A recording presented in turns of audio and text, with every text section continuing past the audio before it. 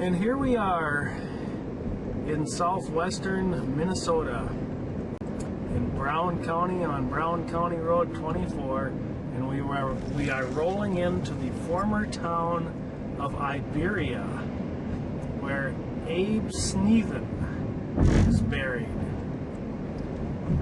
And there's nothing left of this town except for, as you can see, a farm and a few houses. And we will, there's a dedication plaque over here on the right, and we will get a shot of that so you can see it.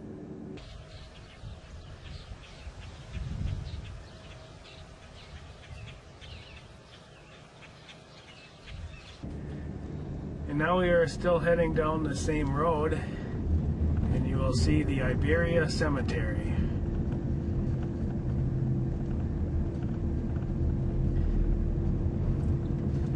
And I'll tell you, it's something to behold.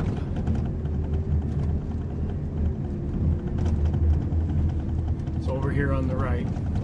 Just pull off the road here, over here on the right, and there's the Iberia Cemetery, where Abe Snethen is buried.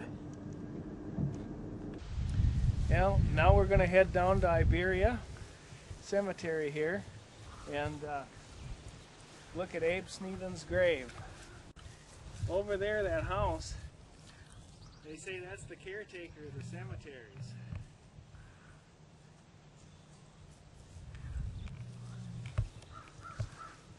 There's a gate here that you have to open up. Here we are up at the gates.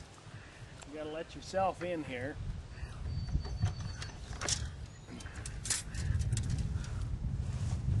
Come on in. When you come in, we got a plaque here. You get a good shot of that where you can read it. Okay, let's go. And it's easy find Abe Snethen's grave because it's the first one you see when you come in. It has a gated fence around it.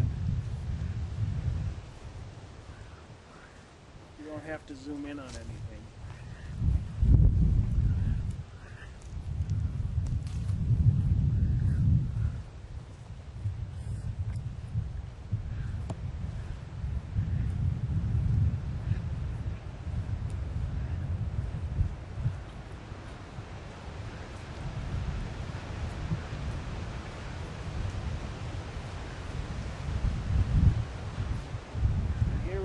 Abe Snethen's gravesite. Cut. And a close-up shot of his stone. And I will do my best to get a good reading of this inscription, but I remember it being very tough to make out. It's January 1st, 1877. Age 85 years, 11 months, 15 days. Father, I give my spirit up. I trust in thy hands. My dying flesh shall rest in hope and rise on thy day of something coming. Another interesting aspect of his cemetery grave is this other little stone, and I don't know if anybody knows what this stone is or who it's dedicated to. So we don't know if that's a relation of his or what.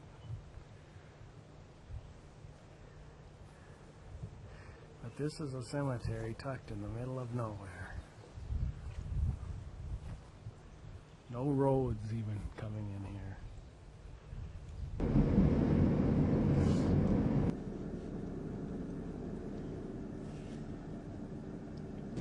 Yeah, we'll get a nice shot here of downtown Sleepy Eye.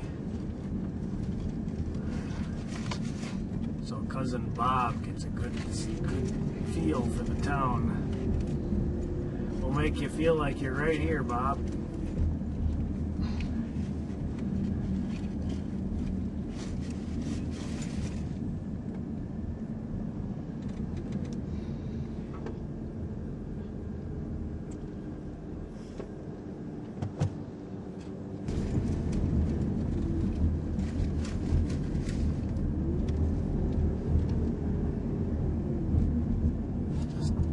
watching horse and buggy going down this road.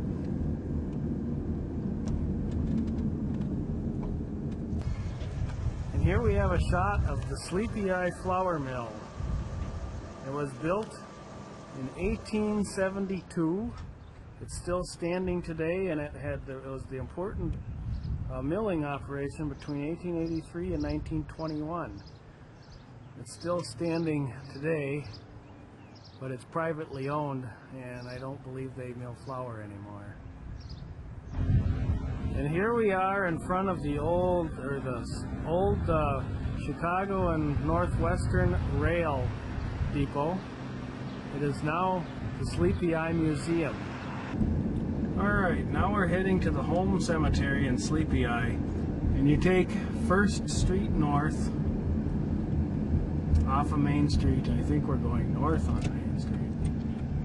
Yeah, to St. Mary's Grade School here, and then you take a right when you get to the school.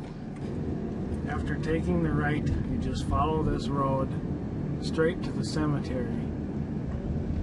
Here we are at the end of the road by the home cemetery. Please pull up so I can film the plaque.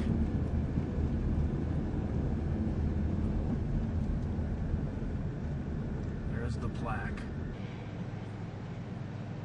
And there's the sign along with the phone number for home cemetery. But I don't know where you're going. You're not going to the graves, are you? Or do you remember how to get to them?